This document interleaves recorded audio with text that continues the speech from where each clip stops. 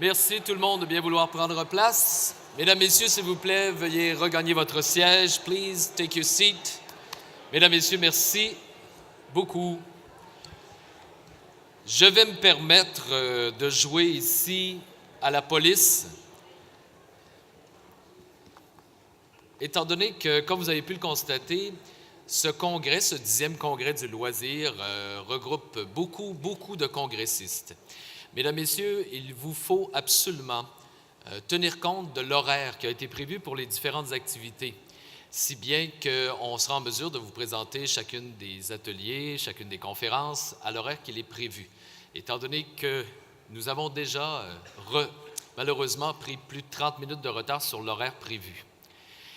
Ainsi donc, voici quelques consignes que je vous demande de respecter à la lettre, s'il vous plaît. Le dîner vous sera servi pour le World Leisure dans la salle 200C. Dans cette salle, vous aurez le plaisir de découvrir, pour ceux qui ne la connaissent pas déjà, la ville magnifique de Rimini, en Italie. Rimini qui recevra le 12e congrès mondial du loisir en 2012. Donc, dans la salle 200C pour le repas du midi. Ce repas vous sera servi à 12h30 exactement. S'il vous plaît, soyez là. Voici quelques petits changements également à prendre en considération. L'atelier B9, qui devait être présenté par Adam Brown. Cet atelier vous sera présenté en remplacement de M. Brown par Mme Alison Travis, dans la même salle, sans aucun problème. Il y a une cancellation, donc une annulation, la session A2. Donc, l'atelier A2 est cancellé. Et finalement, pour ceux qui doivent participer à l'atelier A5, cet atelier vous sera présenté dans la salle 302B. Finalement, ce soir, vous êtes tous conviés au Musée de la civilisation de Québec. Des autobus feront la navette entre le Centre des congrès et le Musée de la civilisation. Les navettes prendront leur premier départ d'ici, de l'entrée principale, à 18h10, 6h10. Et ce service de navette vous sera offert jusqu'à 18h50. Alors, s'il vous plaît, vous présentez entre 18h10 et 18h50. Il est bien évident que si les 1400 congressistes se présentent à 18h50, on aura un problème. Vous en conviendrez. Alors, s'il vous plaît, faites en sorte de vous présenter dans cet horaire entre 18h10 et 18h50 à l'entrée principale ici au Centre des congrès. Mesdames, Messieurs, à nouveau, c'est un plaisir de vous présenter le président de ce panel international. Veuillez accueillir sur scène M. André Thibault, Mesdames, Messieurs.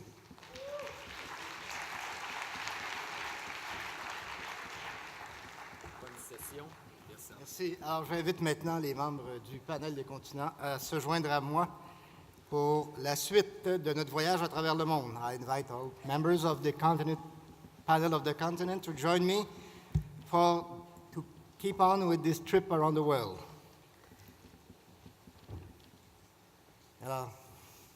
We're waiting for France now.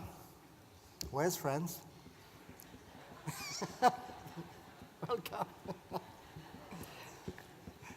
Alors, bienvenue. Alors maintenant, nous passons au continent africain avec le secrétaire général de la Conférence des ministres de la jeunesse et des sports des États et gouvernements ayant le français en partage. Vous voyez tout l'équilibre diplomatique dans ce titre. Monsieur Youssouf Fall est depuis 2005 le secrétaire de cette organisation importante.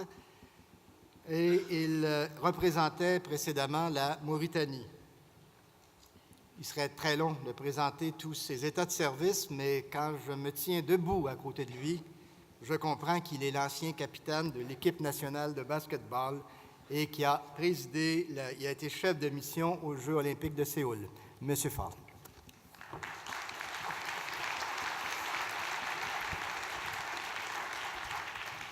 Merci bien, André, d'avoir prononcé Youssouf Fall et non Youssouf Fall. Merci beaucoup. C'est bien souvent le cas.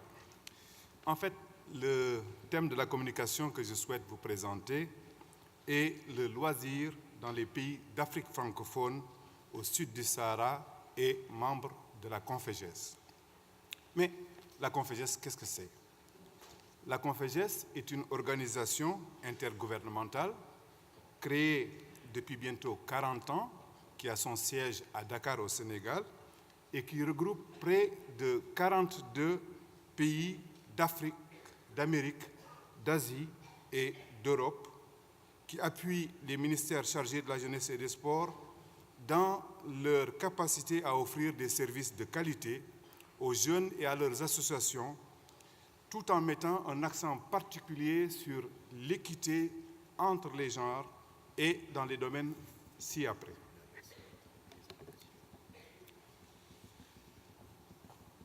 Insertion socio-économique et sociale, insertion socio-économique des jeunes, développement de la vie associative, sport de haut niveau, sport de masse, sport scolaire, sport pour handicapés, sport de proximité, protection de la santé des sportifs, lutte contre le dopage d'une part et lutte contre le VIH-Sida et le paludisme, formation des cadres du secteur de la jeunesse et des sports et des loisirs, mais aussi la promotion des loisirs. Alors, quelle est la place du loisir dans nos actions?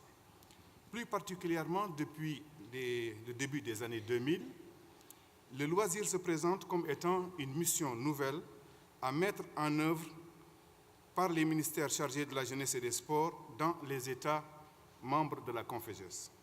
De plus en plus sont créés dans nos jeunes États d'Afrique francophone des ministères en charge des loisirs et très souvent rattachés soit au ministère de la jeunesse, soit au ministère des sports, ou alors au ministère de la jeunesse et des sports. Si ce n'est pas le cas, des structures centrales, des services centraux sont créés dans les ministères, soit de la jeunesse, soit des sports, pour prendre en charge le développement du loisir dans nos pays.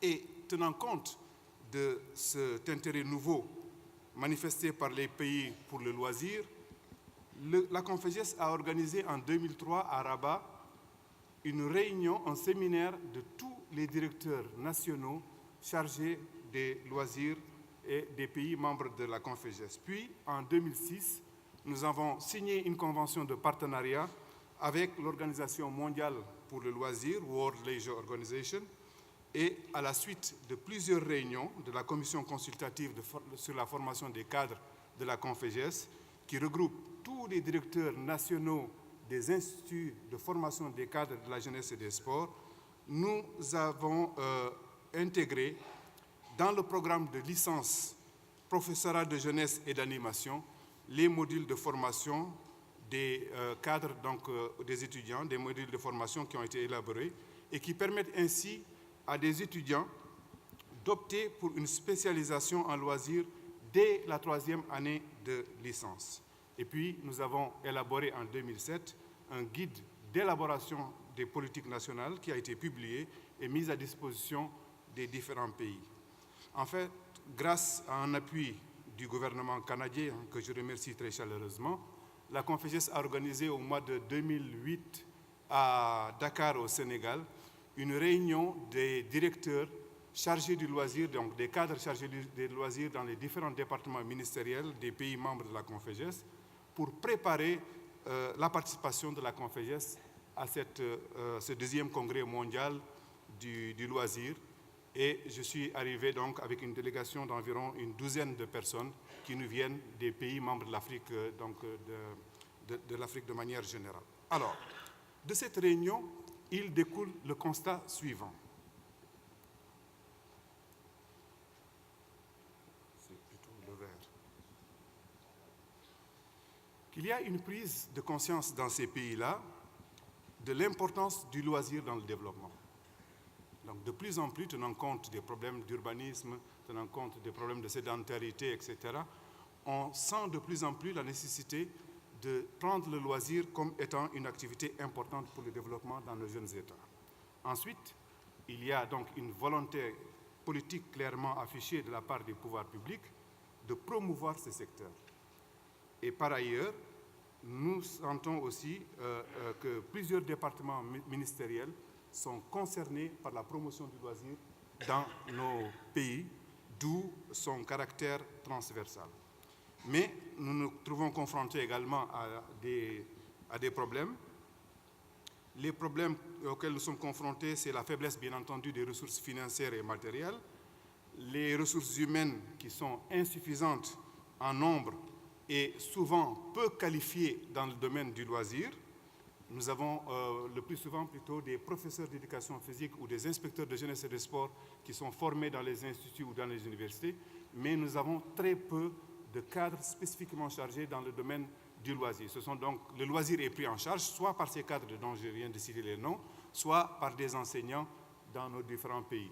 Et timidement, donc, depuis 2007, nous avons commencé à mettre en place un système de formation qui nous permet d'avoir des cadres dans le domaine du loisir. Et ici, nous avons une Sénégalaise qui bénéficie d'une bourse de la Conféges et qui est en formation auprès donc, du Canada et de M. Thibault, avec lequel il va présenter une communication.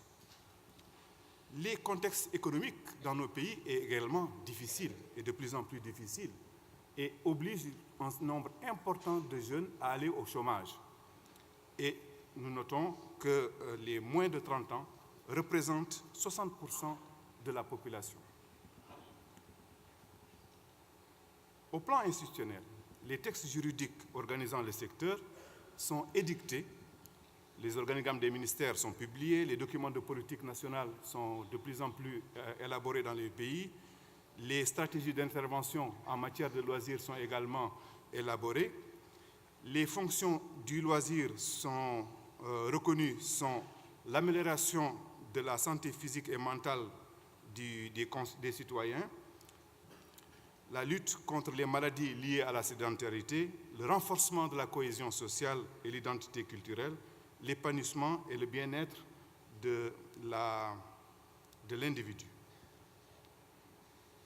Les collectivités locales et le secteur privé sont faiblement impliqués dans la gestion de ce secteur, alors que le loisir fait partie de ce que nous appelons les compétences transférées par l'État aux collectivités locales. Ce transfert de compétences de l'État aux collectivités locales concernant le loisir se fait avec beaucoup de difficultés, aussi bien pour l'État lui-même que pour les collectivités locales, d'où une nécessité d'organiser une concertation entre les différents acteurs chargés de la promotion du loisir.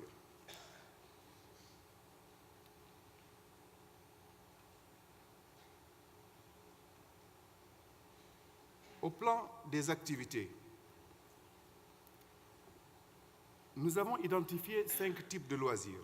Les loisirs physiques et sportifs, ce sont pratiquement les plus privilégiés dans nos pays. Les loisirs de plein air, les loisirs socio-éducatifs et communautaires, les loisirs culturels et traditionnels, les loisirs scientifiques et les nouvelles technologies de l'information et de la communication. Au plan des infrastructures, les quelques infrastructures qui sont réalisées sont généralement réalisées par l'État. Ce sont soit des complexes sportifs, soit des centres de jeunes, ce qu'on appelle communément les maisons de jeunes chez nous, ou alors les parcs d'agrément.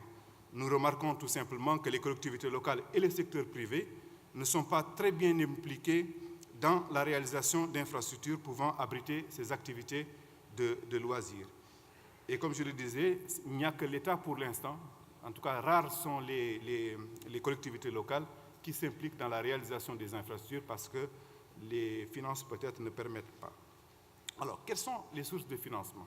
Je disais tout à l'heure que c'est l'État qui est le principal bailleur de fonds dans les pays en ce qui concerne les programmes de loisirs. Mais même cela, les ressources financières destinées au développement du loisir sont certes encourageantes, mais d'une efficacité insignifiante. Je disais que sur le plan juridique, les textes ont été édictés, les ministères ont été créés, ils sont en charge le problème du développement du loisir, mais les moyens financiers n'accompagnent pas. Donc tous les moyens qui sont affectés soit au ministère de la Jeunesse et des Sports et des Loisirs sont d'abord utilisés pour le sport et s'il en reste, peut-être on peut penser au loisir.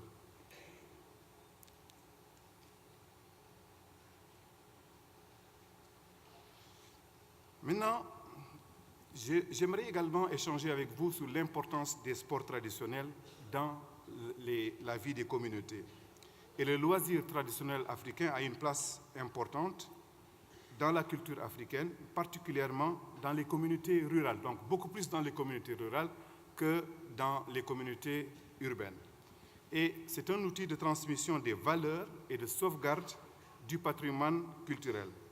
Le niveau d'appropriation du loisir moderne demeure faible en raison des coûts importants engendrés par cette activité dans nos pays respectifs. Alors, l'originalité justement du loisir traditionnel africain. Je citerai simplement à titre d'exemple la lutte traditionnelle qui chez nous prend des proportions importantes dans les différents pays d'Afrique et essentiellement au Sénégal, où aujourd'hui il y a toute une culture qui se développe autour de la lutte traditionnelle. Donc je parle certainement des danses, des musiques, des costumes, des couleurs, mais aussi des pratiques mystiques qui, des fois, tirent un peu vers l'animisme, des fois un peu également vers la religion. Mais il y a toute une pratique culturelle qui se développe autour de cette activité qu'on appelle la lutte traditionnelle avec frappe au Sénégal et qui devient le sport numéro 2 après le football dans les pays. Mais je dis que cette lutte traditionnelle est largement pratiquée par pratiquement tous les pays de l'Afrique de l'Ouest, tous les pays de l'Afrique centrale également. La fête de cousinage, c'est un exemple également au Niger, où pendant quelques jours, les différentes personnes qui ont des liens de parenté ou de cousinage ou simplement de proximité organisent une cérémonie pendant laquelle vraiment toutes les plaisanteries sont permises. Ceci pour permettre simplement de renforcer la cohésion sociale entre les personnes, d'une part, et également de renforcer la paix dans le pays.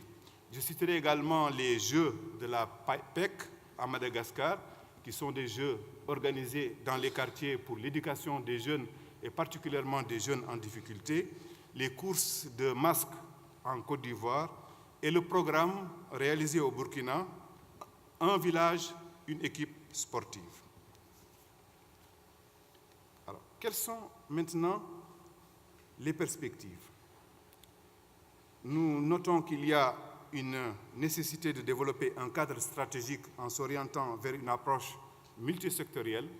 Donc, le problème du développement du loisir n'est pas simplement le fait du seul ministère de la Jeunesse et des Sports ou du ministère des Sports ou du ministère de la Jeunesse. Le problème du développement du secteur des loisirs touche donc plusieurs départements ministériels, d'où la nécessité d'organiser peut-être un comité interministériel ou en tout cas d'organiser l'approche donc multisectorielle. Les politiques nationales de loisirs sont adoptées de plus en plus dans notre pays, mais doivent être assorties d'un argumentaire donc soutenu pour convaincre davantage les décideurs publics sur l'importance à investir dans le secteur du loisir, qui est également un outil nécessaire pour le développement. Nous devons bien entendu rechercher des ressources additionnelles et développer des partenariats nouveaux, aussi bien avec le secteur public qu'avec les collectivités locales qu'au niveau de l'État. Et prendre en compte dans nos politiques les objectifs du millénaire pour le développement, les termes qui sont également prévus dans la charte de la jeunesse, charte africaine de la jeunesse, pour pouvoir élaborer ces documents. En conclusion, disons qu'il y a une tendance dans nos pays à élaborer les politiques de jeunesse, de loisirs, d'une part, et la plupart des pays, il faut le souligner, se trouvent en difficulté parce que ce sont des pays qui sont des PMA, des pays moins avancés, et qui ont de sérieux problèmes sur le plan financier. Le loisir ne constitue pas pour eux, et pour l'instant, une priorité nationale. Monsieur le Président, je vous remercie.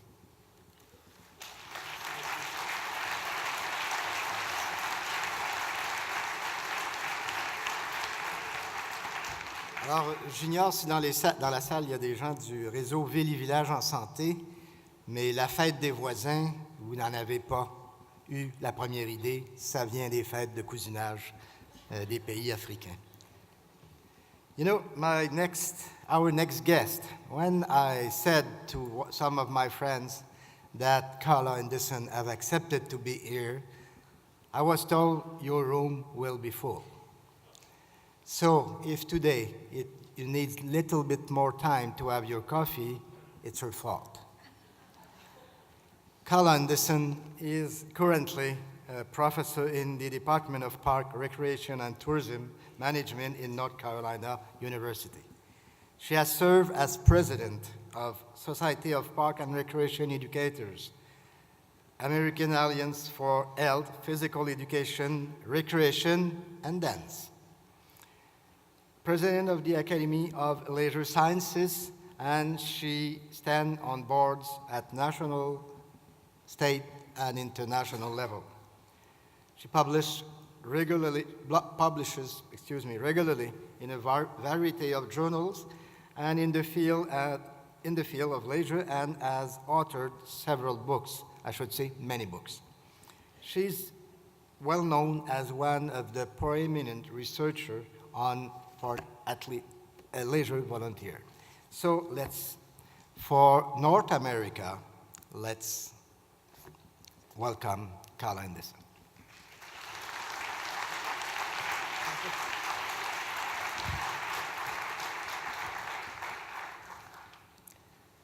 Well, thank you so much to the organizers for inviting me to be here.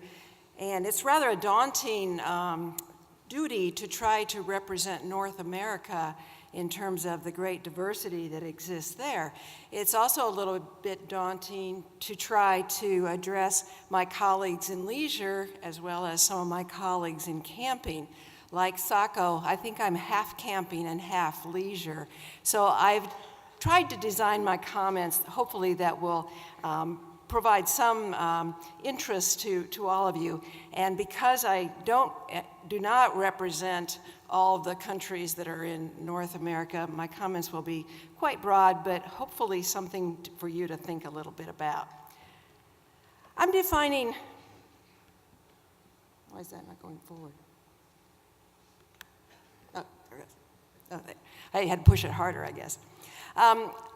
Looking at community development, I'm defining community development very, very broadly to include geographic communities as well as communities of culture and communities of activity such as the camping environment. I also titled my presentation Juxtaposition because I think that there are many ideas to place side by side.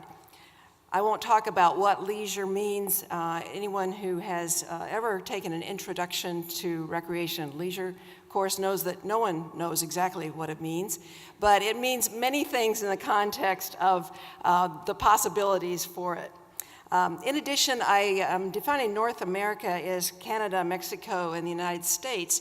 Sometimes Mexico is certainly considered more of a Latin American country, but I also think it's really important to think about some of the issues that hopefully cut across these three countries. Also, as you all know, there's great diversity among all of these countries, within these countries and between the countries, and I have tried to keep that in mind as I move forward here. Just to give you a little bit of quick background, there are many different types of scales that we could look at. This particular one looks at the issues of quality of life, and it compares the three countries here from a study that was done in 2007. And the first column there, the position in the world, according to these measures, where do these countries sit? So the US is 5th, Canada is 22nd, and Mexico is 25th. And then the kinds of things they look at are written across the top there: cost of living, leisure and culture, economy, environment, freedom, health, infrastructure, risk and safety, climate, and then come up with a final score. And I could spend the entire time talking just about this slide, but I think what it suggests to you is there are many similarities and there are also many differences. And among these three countries in North America, there are certainly some countries that have advantages over others. For example, the climate of Mexico, unfortunately, has has a definite lead over the climate of Canada, no offense, but those kinds of things go into it. Anyway, what I'd like to do today is briefly talk about 4 issues, and I'm going to illustrate these with some stories that will talk a little bit about the North American juxtapositions related to leisure and community development. And those 4 are individualism and collectivism, health and wellness, biophilia and biophobia, and lifespan and lifestyles. I could have chosen many different issues to talk about, but I want to talk about these briefly. The first one, in terms of looking at leisure, in the US, we tend to look at leisure as being a very individualistic kind of thing. But in other cultures, that is not necessarily the case. However, we do know that what is good for individuals is usually good for communities, and what's good for communities is usually good for individuals. So we always have that tension going on. And so our definitions of leisure may be personal or may be much more social and community in their orientation. Similarly, when we look at issues of standard of living and quality of life, we also address some different things related to individuals as well as communities. And I'd like to share a story with you that describes a little bit some of the kinds of issues related to quality of life from an individual and possibly from a collectivist point of view. This story is called The Business Person and the Fisher Person. One day a fisherman was lying on a beautiful beach with his fishing pole propped up in the sand and his solitary line cast out into the sparkling blue surf. He was enjoying the warmth of the afternoon sun and the prospect of catching a fish. About that time, a businessman came along down the beach, trying to relieve some of the stress of his workday. He noticed the fisherman sitting on the beach and decided to find out why this fisherman was fishing instead of working harder to make a living for himself and his family. "You aren't going to catch many fish that way," said the businessman to the fisherman. "You should be working rather than lying on the beach." The fisherman looked up at the businessman, smiled, and replied, "And what will my reward be?" "Well, you can get bigger nets and catch more fish," was the businessman's answer. "And then what will my reward be?" asked the fisherman, still smiling. The businessman replied, "You can make money and you'll be able to buy a boat, which will then result in larger catches of fish." "And then what will my reward be?" asked the fisherman again. The businessman was beginning to get a little irritated with the fisherman's questions.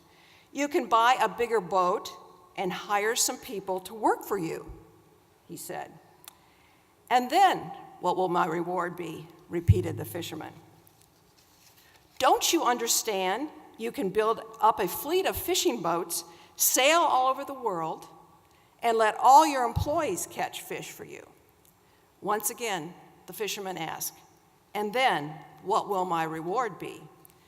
The businessman was red with rage and shouted at the fisherman, "Don't you understand that you can become so rich that you will never have to work for your living again? You can spend all the rest of your days sitting on this beach looking at the sunset. You won't have a care in the world." The fisherman, still smiling, looked up and said, "And what do you think I'm doing right now?" So there's more to quality of life than necessarily just standard of living. Another area that I think provides a juxtaposition in our society today is the whole issue of how leisure contributes to health and wellness. There's a growing paradox, at least certainly in the US and from some of the statistics I've read in Canada, about the growing number of overweight people, the rising costs of health care because of that, and a whole variety of issues. It's a real paradox. Again, healthy individuals equals healthy communities. Healthy leisure equals healthy communities. There's a great deal that we hear about sports promotion, and I certainly enjoy sports as much as anyone, and we certainly have particular sports that we associate with the 3 countries in North America. But I think there is also a huge area related to physical activity in many different forms. The whole idea that leisure can be a way of health promotion, it can be a way of disease prevention.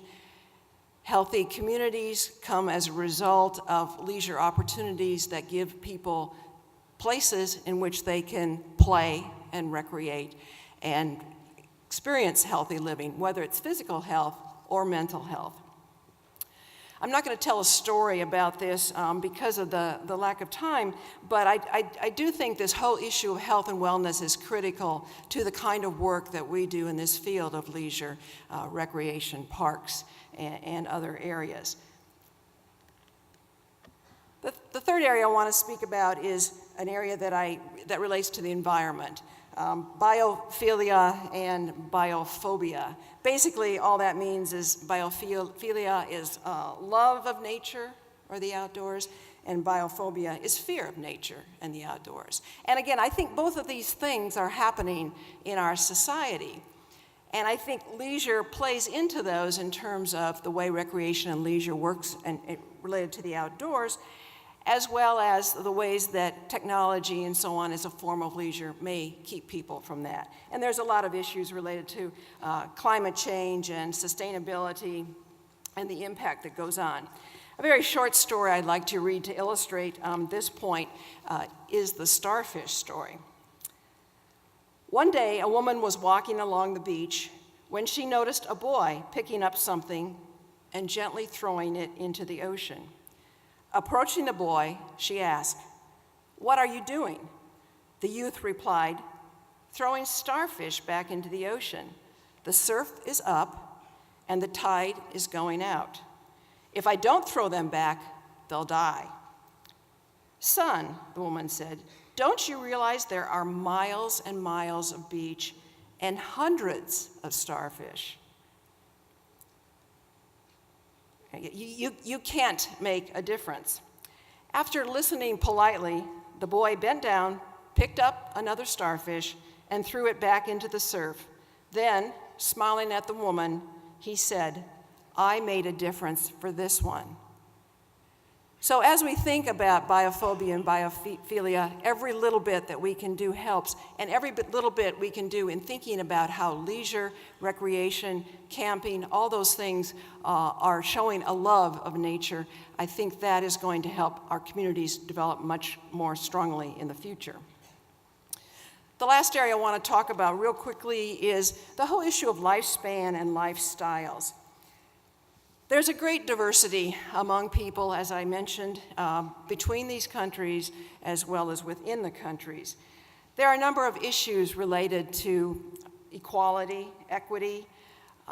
There are people coming from a real variety of backgrounds, economic haves and have-nots. But all people in many ways share the love of play.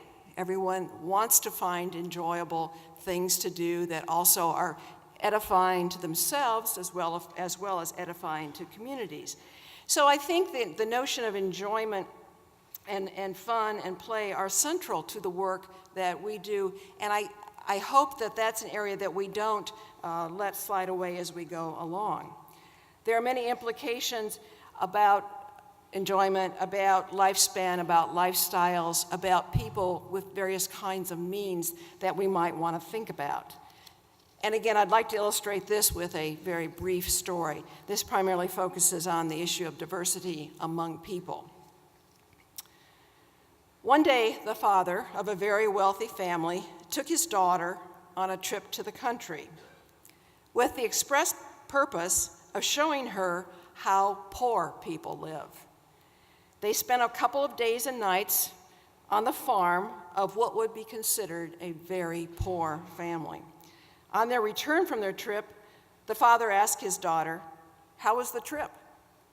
"It was great, Dad." "Did you see how poor people live?" the father asked. "Oh, yeah," said the daughter. "So tell me, what did you learn from the trip?" The child answered, "I saw that we have one dog, and they had 4. We have a pool that reaches to the middle of our garden, and they have a creek that has no end. We have important lanterns in our garden, and they have the stars at night. Our patio reaches to the front yard, and they have the whole horizon. We have a small piece of land to live on, and they have fields that go beyond our sight. We have servants who serve us, but they serve others. We buy our food, but they grow theirs. We have walls around our property to protect us. They have friends to protect them. The girl's father was speechless. Then his daughter